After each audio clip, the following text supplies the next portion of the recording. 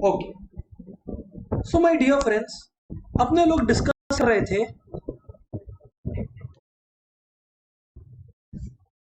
Laws of motion के बारे में। ओके, हाँ सर। तो फ्रेंड्स, अपने जब लॉज ऑफ मोशन के बारे में डिस्कस कर रहे थे तो अपने लोग क्या क्या जाने, अपने लोग क्या क्या सीखे, अपने लोग क्या क्या समझे, आइए एक बार अपने लोग समराइज कर लें आज की क्लास में before we move on to the next law. Okay दोस्तों, हम लोगों ने अभी तक क्या पढ़ा है? हम लोगों ने अभी तक ये पढ़ा है कि न्यूटन का फर्स्ट लॉ क्या है। अच्छा, एक्चुअली हम लोगों ने टाइप्स ऑफ फोर्सेस सबसे पहले पढ़े। हम लोगों ने आज लॉज ऑफ मोशन के क्लास 3 में एंटर किया है, पर क्लास 3 के पहले क्या पढ़ लिया हम लोगों ने दोस्तों? हम लोगों ने टाइप्स ऑफ फोर्सेस पढ़ लिया है दोस्तों। हम लोगों ने पढ़ा न्यूटन के फर्स्ट लॉ को। आज अपने लोग स्टार्ट करने वाले हैं, एक्चुअली सेकेंड लॉ भी हम लोगों ने जान लिया था। आज हम लोग इसका कुछ सम्स भी करने वाले हैं और सेकेंड लॉ के कुछ डेरिवेशंस को फिर से देखने वाले हैं, and then we will eventually move on to the third law of motion of Newton. ठीक है ना जी सर? न्यूटन के 3 लॉज ऑफ मोशन है, उसके बारे में अपने बात करेंगे। अच्छा, अब मैं क्या बोल रहा हूं आप लोग को ध्यान दीजिएगा। इसमें फ्रेंड्स अपने लोग क्या पढ़े थे टाइप्स ऑफ फोर्सेस में? अपने पढ़े थे मेनली 2 फोर्सेस, अभी रिवाइज करवा रहा हूं। हाँ, पहला कॉन्टैक्ट फोर्स, दूसरा नॉन कॉन्टैक्ट फोर्स। दोस्तों, कॉन्टैक्ट फोर्स एक ऐसा सिनेरियो है जहां पे 2 ऑब्जेक्ट्स फोर्स लगाने के लिए कॉन्टैक्ट में आते हैं, जैसे फ्रिक्शनल फोर्स। आज अगर अपने ग्राउंड पे गाड़ी चला रहे हैं, ठीक है ना, ग्राउंड पे ही चलाएंगे ऑब्वियसली, तो जब हम लोग गाड़ी आगे लेकर जा रहे हैं तो ग्राउंड भी हमें पीछे की तरफ ढकेल रहा है। साइकिल चला रहे हैं, आप लोग देख रहे होगे, आप लोग साइकिल चला रहे हो, तो आप लोग जब साइकिल चला रहे हो तो क्या आपका साइकिल अगर आप लोग पैडल मारना छोड़ दो तो इनफाइनाइट टाइम तक चलते रहता है? नहीं, कुछ देर तक चलता है और फिर रुक जाता है। व्हाई? बिकॉज एक फोर्स होता है फ्रिक्शनल फोर्स जो साइकिल का मूवमेंट को रोकने की कोशिश कर रहा होता है। तो frictional force, contact force. Non contact force में हम लोग कुछ एग्जांपल्स पढ़े थे, जैसे दोस्तों मैग्नेटिक फोर्स होती है या इलेक्ट्रोस्टैटिक फोर्स होती है।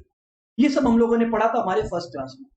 दोस्तों, हम लोग सेकेंड क्लास में first law of motion Newton का पढ़े, जिसके दरमियान हम लोगों ने क्या डिस्कशन किया? हम लोगों ने दोस्तों बेसिकली ये जाना कि न्यूटन कहता है लॉ ऑफ इनर्शिया के बारे में। एक्चुअली इनर्शिया का जो लॉ है या कंसेप्ट है, वो क्या बोलता है कि एक ऑब्जेक्ट अगर रेस्ट पर है तो उसका टेंडेंसी रहेगा to stay at rest unless an external force is applied. मतलब अगर आप बैठे हुए हो तो आपका टेंडेंसी रहेगा टू कीप सिटिंग जब तक कोई आपको धक्का नहीं मारे। मैंने आपको कहा ना, जैसे बचपन में या क्या अभी भी करते हैं हम लोग, सुबह सुबह सोए रहते हैं, पड़े रहते हैं, जब तक कोई घर पे धक्का मार के हम लोग को उठाए नहीं। करेक्ट, इसको बोलते हैं इनर्शिया। ठीक है ना? वैसे ही एक मूविंग बॉडी मूव करती रहेगी जब तक एक फोर्स उसको रोके नहीं। तो मतलब 2 बातें हुई इनर्शिया के अंदर, लॉ फर्स्ट लॉ के अंदर। पहला कि एक रुका हुआ बॉडी रुका हुआ रहेगा जब तक एक फोर्स उसको ढकेले और मूव नहीं करवाए, और एक मूव करता हुआ बॉडी मूव करते रहेगा जब तक एक एक्सटर्नल फोर्स आके उसको रोके नहीं। सर, ये बात तो बिल्कुल आप ठीक कहते हो। फर्स्ट लॉ को लॉ ऑफ इनर्शिया भी बोलते हैं। मैंने दोस्तों आपको एक बात और बताया था, मास और इनर्शिया डायरेक्टली रिलेटेड है। मास और इनर्शिया डायरेक्टली रिलेटेड है, मतलब जितना मास होगा एक ऑब्जेक्ट का, इनर्शिया भी उतना ज्यादा ही होगा। ठीक है ना? ये बात मैंने आप लोगों को बताया था। ठीक है, तो फर्स्ट लॉ ऑफ मोशन क्या बोलता है? अच्छा, इसका मैंने गिव रीजंस भी बताया था। अपने देखते हैं कि जब अचानक से गाड़ी चलती है, तो हम लोग ऐसे पीछे की तरफ ढकेले जाते हैं। क्यों? क्योंकि हम लोग रेस्ट में थे, गाड़ी भी रेस्ट में थी। अचानक से जब गाड़ी चली तो गाड़ी आगे बढ़ गई, पर हमारा बॉडी का जो अपर पार्ट है वो वहीं का वहीं रह गया। इस वजह से वी फील कि we are pushed backwards, but actually it is the tendency to stay at rest, inertia जो काम किया। वैसे ही अगर अपने चलती हुई बस में अचानक से बस रुकती है तो अपने लोग क्या करते हैं? अपने लोग क्या फील करते हैं? अपने लोग फील करते हैं कि अपने लोग आगे की तरफ ढकेले गए। रियल लाइफ में क्या होता है, जब अपन लोग बस में जा रहे होते हैं दोस्तों, तो अपने भी मोशन में होते हैं। अब अचानक से जब बस रुक गया, due to tendency to stay at motion, हम लोग तो आगे की तरफ जाते हैं जबकि बस रुक जाता है, जिसकी वजह से हम लोग फील करते हैं कि हम लोग आगे की तरफ ढकेले गए। थोड़े देर में ठीक हो जाते हैं। सर, ये बात तो फर्स्ट लॉ में हम लोगों ने डिटेल में पढ़ी भी है, मैंने नोट्स भी शेयर किया आपके साथ। सेकेंड लॉ दोस्तों, second law is one of the crucial laws, जिसको मैंने एक्सप्लेन किया but I will reexplain. ठीक है ना? आइए सेकेंड लॉ ऑफ मोशन को अपने लोग ठीक से समझते हैं न्यूटन के। इसके कुछ डेरिवेशंस भी और सम्स भी है जो अपन करने वाले हैं। ठीक है ना? आइए friends, second law of motion. तो जनाब, सेकेंड लॉ ऑफ मोशन क्या बोलता है? पूरा बात को अपने लोग एनालाइज करेंगे, एकदम प्यार से समझेंगे, सुनते जाइए बस आप लोग बात को। हाँ सर, बोलिए sir. My dear friends, Newton का सेकेंड लॉ ऑफ मोशन बोलता है the rate of change of momentum, हर बात को एक्सप्लेन करूंगा, चिंता ना करना। The rate of change of momentum, the rate of change of momentum is directly proportional to the force applied,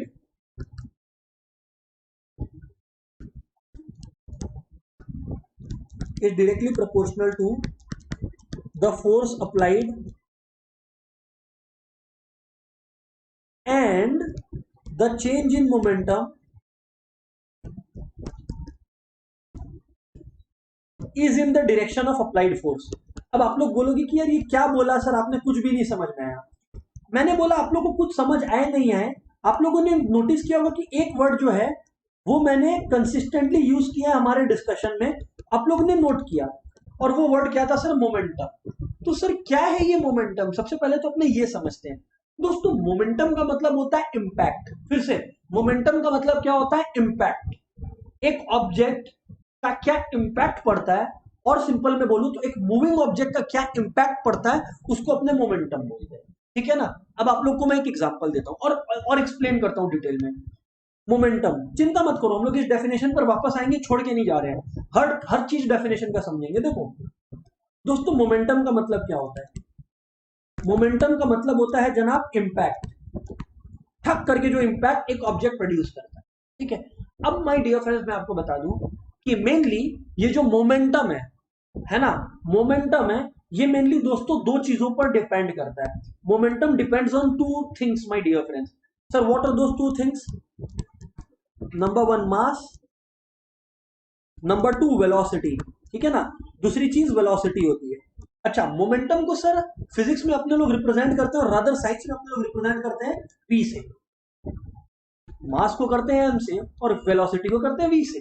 v velocity जो है वो इनिशियल है तो u, फाइनल है तो v। अभी के लिए मैं सिंपल भाषा में बोलता हूं m और v। अब आप लोग समझना, मैं आप लोगों को दो बातें कहता हूं आप लोग को क्लियर करने के लिए। मान लो दो स्टूडेंट्स हैं या दो बच्चे हैं, है ना, करण और अर्जुन। ठीक है।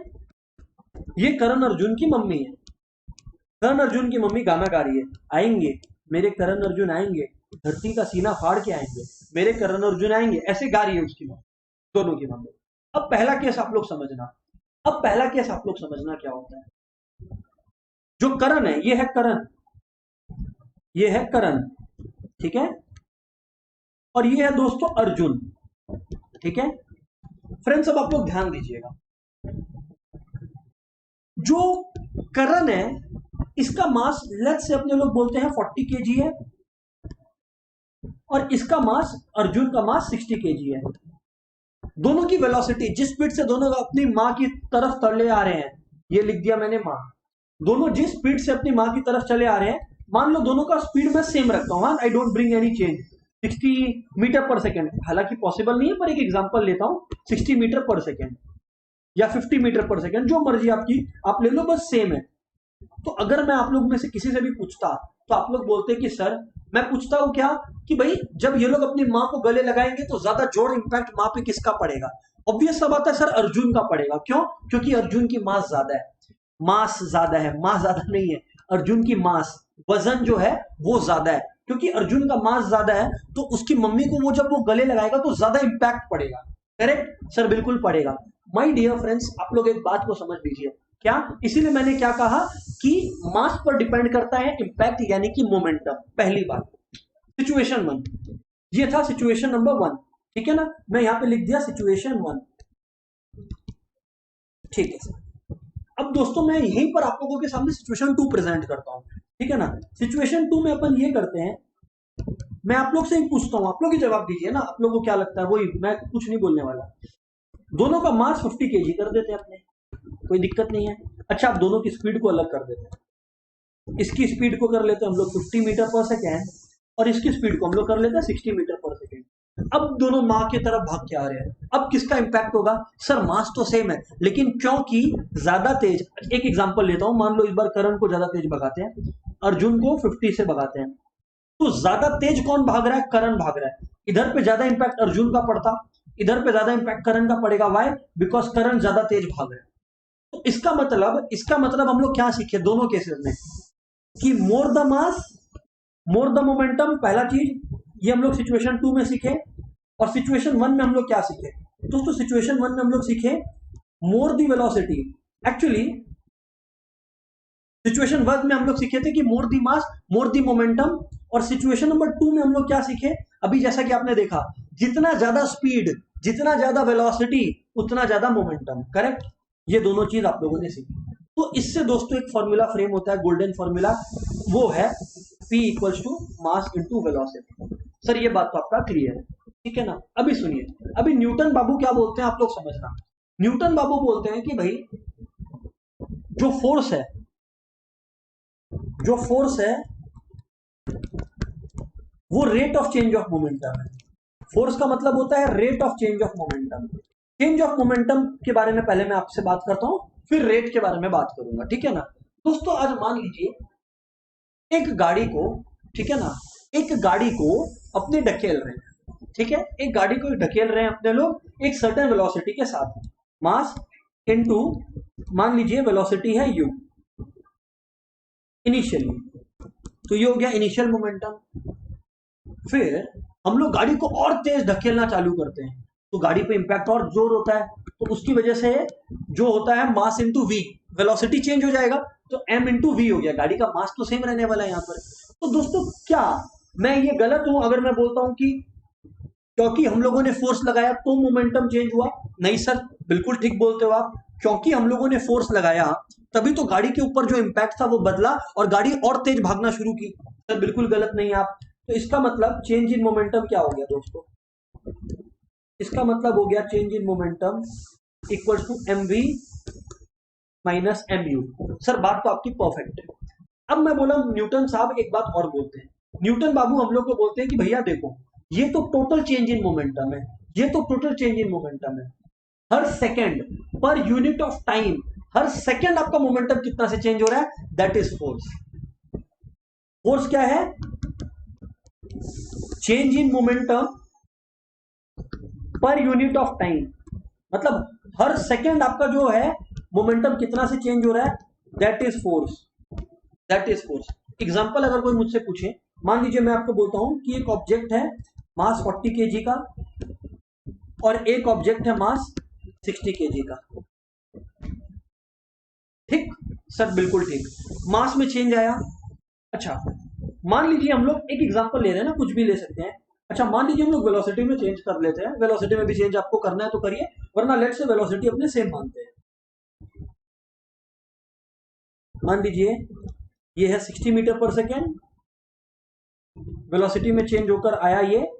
मान लीजिए आप लोग का चेंज नहीं करते हैं वेलोसिटी, दो चीजें चेंज करने से क्या कंफ्यूजन होगा आप लोग को। अब क्या होगा आप लोग देखो, इनिशियल मोमेंटम आपका क्या है?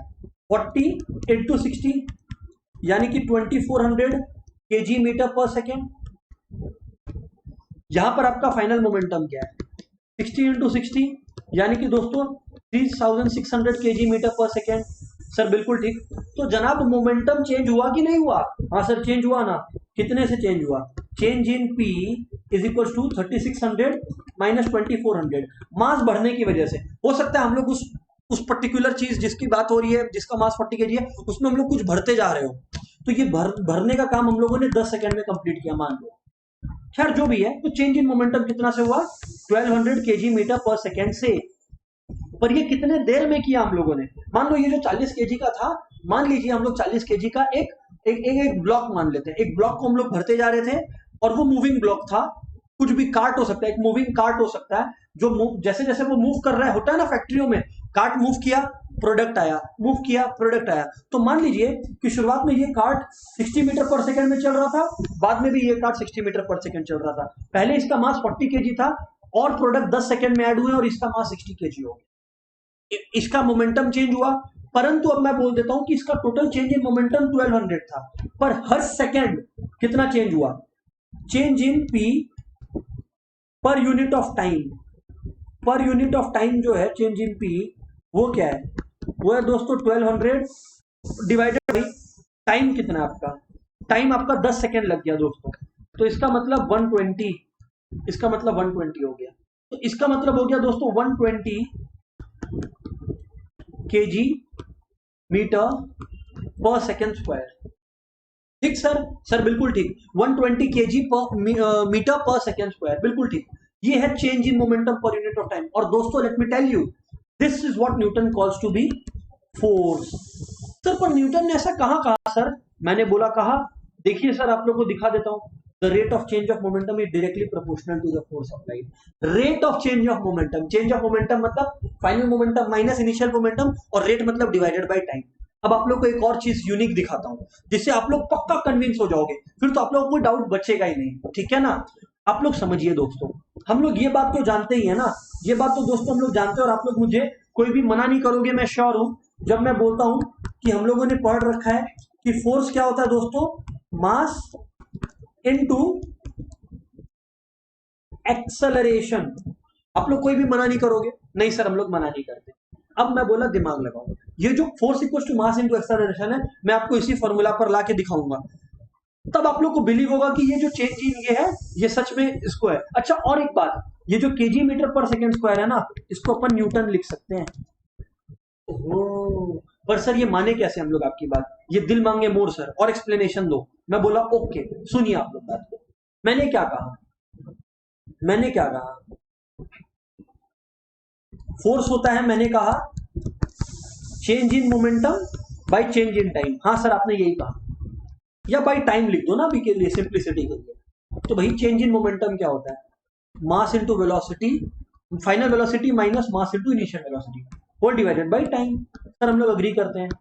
अच्छा तो अगर हम लोग दोस्तों m कॉमन ले ले तो ये v minus U whole divided by T हो जाएगा। बिल्कुल सर ये बात भी ठीक है। एंड अगर आप लोग ध्यान दो दोस्तों तो v minus U by T क्या होता है, a पढ़े अपने लोग मोशन का चैप्टर 1 में, मतलब जो मोशन वाला चैप्टर था उसमें अपने पढ़े a equal to v minus U by T. Oh my god, v minus U by T a होता है। तो मैंने यही तो कहा कि न्यूटन बिल्कुल गलत नहीं थे, उन्होंने तो बिल्कुल सही कहा। आप चाहे ऊपर वाला लो, मतलब ये बात बोलो या ये बात बोलो, दोनों सेम है। अच्छा अच्छा अच्छा अच्छा अच्छा अच्छा सर ये मामला है। जी हाँ बिल्कुल। एक चीज के लिए मैं आप लोगों को सावधान कर देता हूं, एक चीज के लिए मैं आप लोगों को सतर्क कर देता हूं। एग्जाम में ना यूनिट्स का याद रखना, यूनिट्स का याद रखना। एज ए स्टूडेंट हम लोग सबसे ज्यादा यूनिट्स का मिस्टेक करते हैं। मतलब सर आप कहना क्या चाहते हो?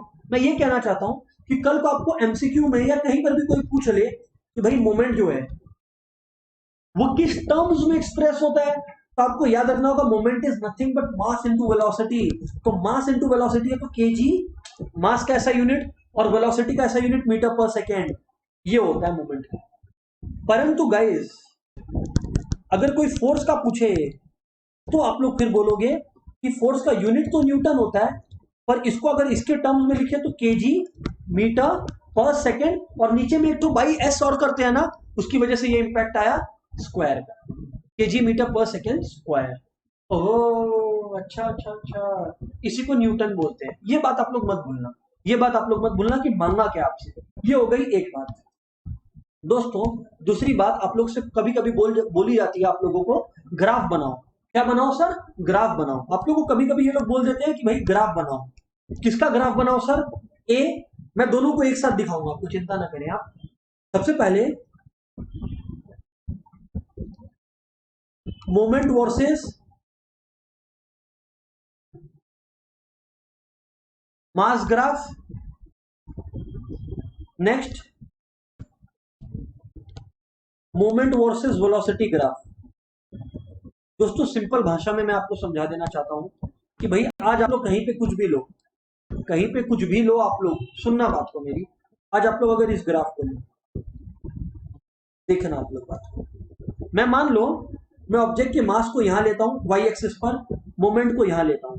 आज दोस्तों दोनों डायरेक्टली रिलेटेड है, मतलब एक बढ़ेगा तो दूसरा बढ़ेगा, ये इधर तो ये इधर, ये इधर तो ये इधर। मतलब जो ग्राफ होगा वो कुछ इस प्रकार होगा दोस्तों, upward sloping. Okay got it sir. और सही भी है, मास जीरो तो मोमेंट जीरो, इसीलिए मैंने जो है ना, आप लोग देखो शुरू भी कहां से किया है, ओरिजिन से, जीरो से। सर सही है। वैसे ही मोमेंट और वेलोसिटी का ग्राफ भी सेम होता है। व्हाई? बिकॉज ये लोग दोनों भी डायरेक्टली रिलेटेड है आपस में, बिकॉज ये लोग दोनों भी आपस में डायरेक्टली रिलेटेड है, तो इसका ग्राफ भी सेम होता है दोस्तों, इसका ग्राफ भी दोस्तों सेम होता है। ठीक है ना, लिखता हूं मैं, इसका ग्राफ भी जो है दोस्तों सेम होता है। ये भी टच करता है अपनी ओरिजिन को, कोई दिक्कत वाली बात इसके अंदर नहीं होती है। सर ये बात तो आपका हमें समझ में आ गया। अब दोस्तों चलिए मैं आपको बुक पर लेकर चलूं और कुछ अपने लोग इससे रिलेटेड, सेकेंड लॉ से रिलेटेड कुछ अपने लोग क्यों ना सम्स ले।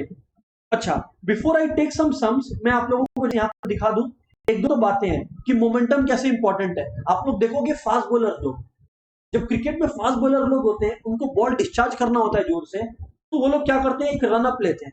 रन अप लेने से क्या होता है, उनका बॉडी में मोमेंटम आता है। एक जो होता है ना लॉन्ग जंप, उसमें भी रनर दूर से भाग के आता है, उसकी बॉडी को मोमेंटम मिलता है, हेल्प्स हिम और her to jump a little further, momentum के इंपैक्ट की वजह से।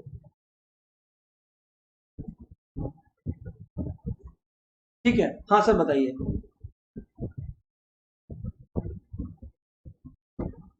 और आप लोग को एक इंटरेस्टिंग बात और बता दूं कि फोर्स हमेशा rate of change of momentum है, मतलब change in momentum bye time. अब सर कुछ क्वेश्चंस के बारे में भी आप बात करिए ना।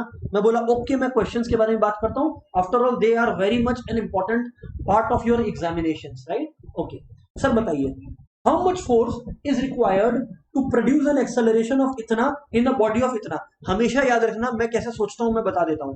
फोर्स मास इनटू एक्सेलरेशन है कूल। ये भी मत भूलना कि force is also equals to m into V minus U by T, यानी कि change in movement by time. अब आप लोग देखो, मास हमारा केजी में ऑलरेडी, सो हम लोग को कुछ नहीं करना। एक्सेलरेशन हमेशा मीटर पर सेकेंड स्क्वायर में होना चाहिए, वो है।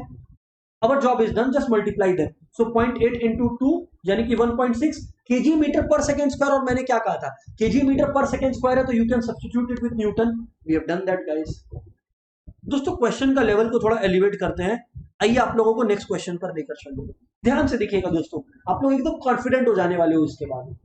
A force x for 0.1 seconds cool on a body of mass इतना, इनिशियली एट रेस्ट, मतलब समझ रहे हो, आपको इनडायरेक्टली बोल दिया कि इनिशियल वेलोसिटी जीरो है।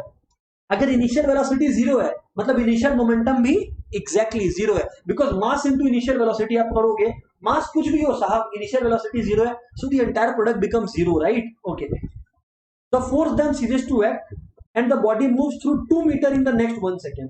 तो बॉडी 2 मीटर आगे बढ़ती है 1 सेकेंड में। तो अगर आप लोग ध्यान देना, तो ये लोगों ने क्या कहा, 2 मीटर आगे बढ़ती है 1 सेकेंड में, मतलब समझ रहे हो क्या बुद्धि लगाया इन्होंने। 2 मीटर आगे बढ़ती है 1 सेकेंड में, इसका मतलब आपको क्या किया, बॉडी का नेक्स्ट स्पीड दे दिया ना, वेलोसिटी दे दिया 2 मीटर पर सेकेंड। ओ अच्छा अच्छा अच्छा, find the magnitude of force. Force क्या होता है, मास इंटू एक्सेलरेशन। एक्सेलरेशन क्या होता है, final velocity minus initial velocity bye time. Sir बिल्कुल हम लोग अग्री करते हैं। तो भैया फाइनल वेलोसिटी है 2 metre per second, initial velocity body rest पे थी, टाइम कितना देर लगा आपको लिखा हुआ है x पर 0.1 सेकेंड, 0.1 सेकेंड्स के लिए you move. So what do you find out guys, 2 by 0.1। तो यार आपका ये 0.1 का इंपैक्ट ऊपर में जाके 20 बन जाएगा। सर बिल्कुल, तो ये हो गया 20 मीटर पर सेकेंड स्क्वायर। और आप लोग को क्या दिया हुआ है, आप लोग को मास दिया हुआ है बॉडी का, तो मास में आप इसमें मल्टीप्लाई करो, मतलब इस एक्सेलरेशन में। तो 20 इंटू क्या है आपका मास, कितना था 1.2। You will come to the answer guys, 24 Newton is the answer. याद रखना, बस सब कुछ अपने ऐसा यूनिट पे होने चाहिए। एक्सेलरेशन है तो मीटर पर सेकेंड स्क्वायर में, वेलोसिटी है तो मीटर पर सेकेंड में, मास है तो केजी में। क्योंकि अगर इनमें से कहीं पे भी आपने गलतियां की ना, आप फंस गए गंदा, आप फंस गए गंदा। अच्छा सर ये बात, जी हाँ बिल्कुल ये बात। आगे बोले सर, वो बोला ओके मैं आगे बात करता हूँ। सर सुनिएगा बात, बोलिए सर, हम लोग सुन रहे हैं। A ball of mass 10 gram is moving with a velocity of 50 meter per second। ठीक है, बिल्कुल ठीक है। On applying a constant force on ball for 2 seconds, it acquires a velocity of इतना metre per second. Calculate the initial momentum, the final momentum. अब देखो initial momentum, momentum मांगा है मास इनटू इनिशियल वेलोसिटी, सीधी बात, no बकवास। एक बात और आप लोग को सावधान कर दूं, मास 10 ग्राम है, केजी में कन्वर्ट करना होगा आप लोगों को। 10/1000 करोगे आप लोग, 10/1000 करते हो तो आपके पास 0.01 केजी आएगी। और इनिशियल वेलोसिटी आपको क्या दिया हुआ है, 50 metre per second. Here it is, know just enjoy yourself. आपका जो टाइम है वो 2 सेकेंड्स है, ठीक है ना। तो अब आप लोग समझना, इनिशियल मोमेंटम क्या, मास इनटू इनिशियल वेलोसिटी, सीधी बात, नो बकवास। तो मास है 0.01 केजी, इनिशियल वेलोसिटी। याद रखना हम लोग हमेशा ऐसा यूनिट्स में काम करते हैं। अच्छा इन्होंने फिर पूछा फाइनल वेलोसिटी, तो भाई फाइनल वेलोसिटी मतलब क्या हो गया आपका, फाइनल मोमेंटम। तो फाइनल मोमेंटम क्या हो गया, mass into final velocity. Final velocity आपकी क्या है, 70 metre per second. Acquired velocity तो mass into final velocity. Sir वो भी अपने लोग कर दिए 0.01 into 70 metre per second. Cool sir, आगे बोले सर अब आप। तो ये 0.7 kg मीटर पर सेकेंड आ गया आपके पास। सर अब आप आगे बताइए ना हम लोग को। मैं बोला नेक्स्ट क्वेश्चन क्या पूछा है, rate of change of momentum. देखो चेंज नहीं बोला है, रेट भी बोला है, तो मतलब डिवाइड बाय टाइम करना पड़ेगा ना सर, करना पड़ेगा डेफिनेटली यस।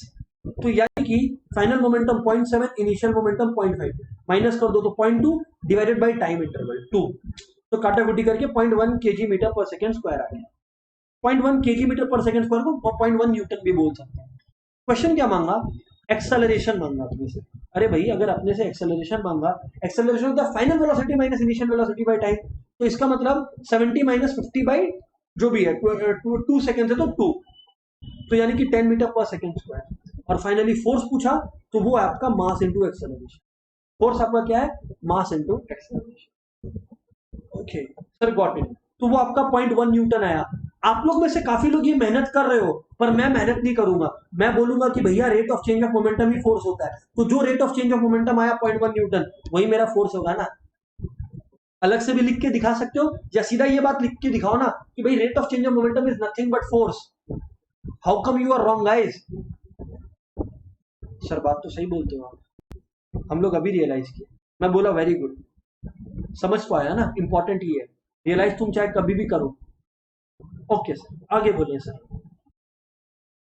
देखिए sir, a cricket ball of mass 100 gram moving with the speed of this is brought to a rest by a player in 0.03 seconds। अच्छा, मास है 100 ग्राम मतलब 0.1 kg, सीधी बात नो बकवास, केजी में कन्वर्ट करना जरूरी है। मीटर पर सेकेंड है तो नथिंग डूइंग, टाइम सेकेंड में good. Rest by a player in इतना, ब्रॉट टू रेस्ट मतलब फाइनल वेलोसिटी जीरो कर दी उसकी। ठीक है सर, इनिशियली वो किस स्पीड से चल रही थी, 30 मीटर पर सेकेंड से। ग्रेट। तो यार आप लोग को एक चीज समझ में आया, मतलब यहाँ पर सब कुछ नेगेटिव आने वाला है। पता है क्यों आपको, मेरे को कैसे पता चला, बिकॉज फाइनल में वेलोसिटी जीरो है, तो फाइनल माइनस इनिशियल में करूंगा तो जीरो माइनस समथिंग आएगा, so it's gonna be a minus figure only ना। सर ये बात तो सही कहा आपने। Initial momentum mass into initial velocity 0.1 into 30, 0.1 मतलब 0.1 kg। Final momentum velocity zero है और मास 0.1 kg है, you guys know it. Final momentum minus initial momentum मतलब 0 minus 3 kg metre per second. Sir पता था हमें ये बात। अच्छा अब क्या मांगा गया हमसे, क्वेश्चन हमसे बोलता है एवरेज फोर्स। अरे भैया ये एवरेज फोर्स क्या होता है सर, कुछ नहीं है, फोर्स का फोर्स पूछ रहा आपसे, टाइम पास ना करो। तो change in momentum by time, change in momentum है इतना, और टाइम आपका कितना हो गया, टाइम आपका है 0.03, तो डिवाइड बाय 0.03 कर लो। जिसको दिक्कत होता है मैं हेल्प कर देता हूँ, -3 बाई 0.03 है दोस्तों, तो इसका मतलब 0.03 को आप कैसे लिखोगे, -3 बाई 3/100। तो guys if you solve it out, -3 into 100/3, 3 खत्म, यानी कि -100 न्यूटन आ गया ना आपका। ओ अच्छा, ये नेगेटिव साइन क्या इंडिकेट करता है, कोई पूछ सकता है आपसे, तो आप बोलना कि देखो पॉजिटिव साइन का मतलब कि ऑब्जेक्ट का जिस डायरेक्शन में मूवमेंट हो रहा है उसी डायरेक्शन में अपने फोर्स लगा रहे हैं। यहां पर ऑब्जेक्ट का मूवमेंट जिस डायरेक्शन में हो रहा है उसके अपोजिट डायरेक्शन में फोर्स लग रहा है। ऑब्वियसली बॉल को रोकना है, तो बॉल इस तरफ आ रहा है और मैं रोक रहा हूं, तो इसका मतलब तो मूवमेंट इज अपोजिट ना। अगर मैं ढकेल रहा होता तो ये पॉजिटिव आंसर आता। नेगेटिव मतलब कि जिस डायरेक्शन में ऑब्जेक्ट का मूवमेंट है फोर्स का डायरेक्शन उसके अपोजिट है। ओह सर बातचीत तो क्लियर है, समझ में आया सर।